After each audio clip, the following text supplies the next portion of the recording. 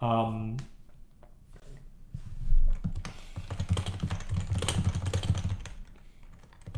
it's nice that we can just kind of at Comma, we don't really need to think that much about like designing our own custom culture.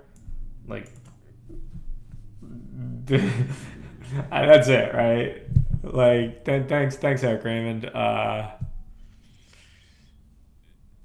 It's if you guys haven't read this is really good. There's another this is required reading at Comma for everyone who works there. It's also linked from our Discord. I'm shocked. One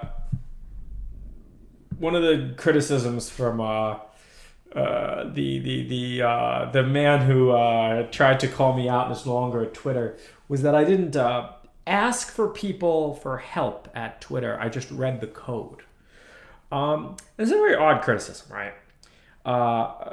Because when you're reading the code, you're wasting nobody else's time, right? One of the most valuable thing, at least this is what I say at Comma, I don't know if it's true at other companies, but the most valuable thing at Comma is other people's time. So if you're asking a question, you are consuming somebody else's time, right? I want you to realize what you, by asking that question, are detracting from the company. Now that we understand that, that's a very expensive resource, right? Spending other people's time, forcing them to context switch is really expensive. So if you're going to ask a question, it better be a really smart question. If you have a question, read the code. If you have struggled in the code for 4 hours and tried as hard as you possibly can, then maybe you can ask a question. But until you've done that, do not ask a question. When I think about work-life balance, do you really want like I have my opinion on this.